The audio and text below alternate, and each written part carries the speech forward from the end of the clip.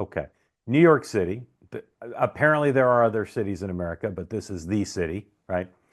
We had two mayors who were, I would say, regardless of what they called themselves, were more aligned with the Manhattan Institute notion of governance, Rudy Giuliani and then Mike Bloomberg. And they had a lot of terms combined between them. And since then, we've had two mayors, Bill de Blasio and Eric Adams, who have governed more to the left. And quality of life has gone down quite a bit in the city.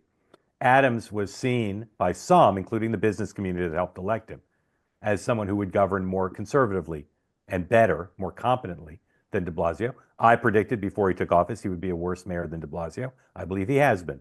Some people might quibble with that. He certainly indicted more than de Blasio, and I'm not sure how much longer he'll be mayor. But my question to you is this.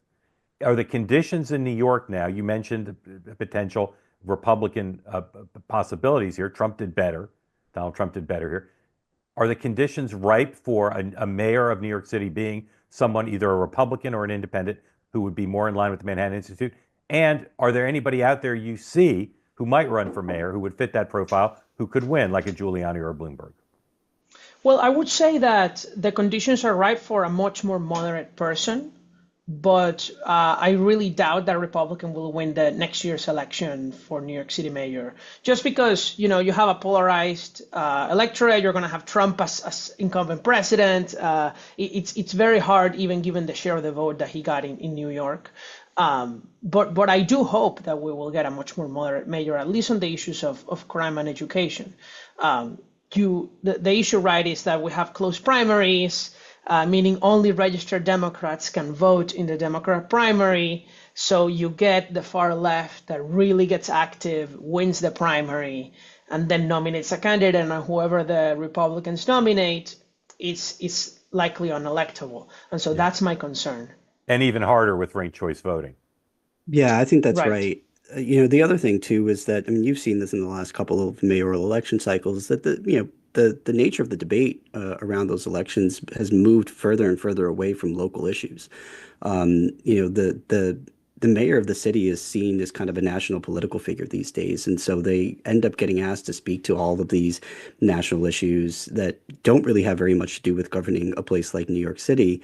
But I think Daniel's exactly right. I mean, when you consider the closed primaries, when you consider the fact that we have off-year elections, which means that participation goes to the floor, um, I don't think we're going to see a sort of strong Republican or sort of conservative light candidate end up succeeding. What I do hope we see, though, is a more moderate Democrat who takes issues like public safety, public order, immigration, and public education more seriously. And I think there's a place for that. One of the things that has always frustrated me about the public safety debate in particular is the extent to which it's been politicized. I mean, two of the cities that got it right more than anywhere else in the country in the 1990s and early 2000s was New York and Los Angeles. Now, yeah, New York had Rudy Giuliani, who was a Republican, but it still had a left-leaning city council.